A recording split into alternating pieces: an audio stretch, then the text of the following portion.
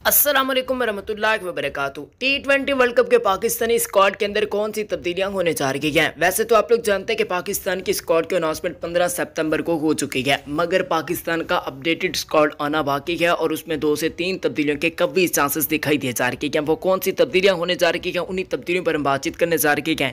मगर वीडियो में आगे जाने से पहले जो समझता है कि पाकिस्तान इंशाल्लाह वर्ल्ड कप जरूर जीत जाएगा, वो इस वीडियो को दिल से लाइक कर दें यार, आज कंजूसी ना करना, लाइक लाजमी कर देना और हमारे यूट्यूब चैनल को सब्सक्राइब करके नोटिफिकेशन पे लाजमी से क्लिक कीजिएगा। नाज़रीन कराम, अगर हम पाकिस्तान टीम में तब्दीलियों की बातचीत करते हैं तो तब्दीलियां कुछ इस हवाले से होने जा रही हैं।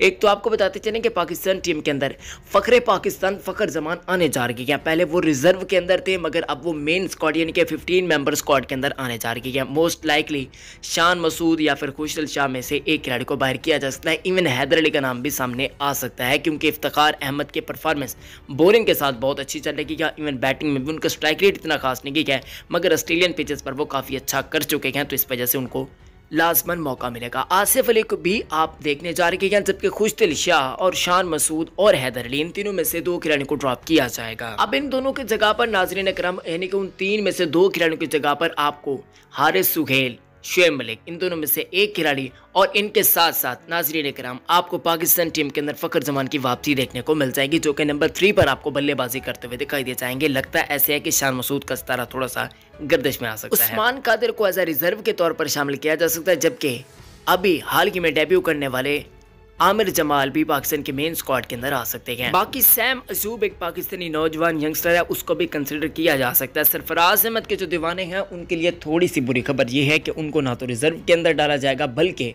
बहुत कम चांसेस हैं कि उनको पाकिस्तान के 15 मेंबर स्क्वाड के अंदर डाला जाएगा। अब शर्जील खान पर भी बातचीत कर लेते हैं, तो शर्जील खान के ना के बराबर चांसेस हैं, ठीक है। और साथ ही साथ चूंकि फ़खर जमान अब फिट हो चुके हैं, तो ऐसे में चांसेस अब 0 के बराबर हो चुके हैं। अगर इन्हीं खिलाड़ियों को देखते हैं तो यार ये देखिए, हमारा स्क्वाड जो है ना वो बैलेंस है। बॉलिंग के वाले से तो बहुत ही बेटर है, और साथ ही साथ अगर हम बातचीत करते हैं बैटिंग की, तो यहाँ पर फ़खर जमान, शुएब मलिक या हारिस सुहेल आ जाते हैं तो बहुत ज़्यादा फायदा हो जाएगा। इवन आसिफ अली, इफ्तिखार अहमद, तो ये पाकिस्तान का बेहतरीन कॉम्बिनेशन बन सकता है। आप क्या कहते हैं कमेंट्स में जरूर बताइए, वीडियो को लाइक करें।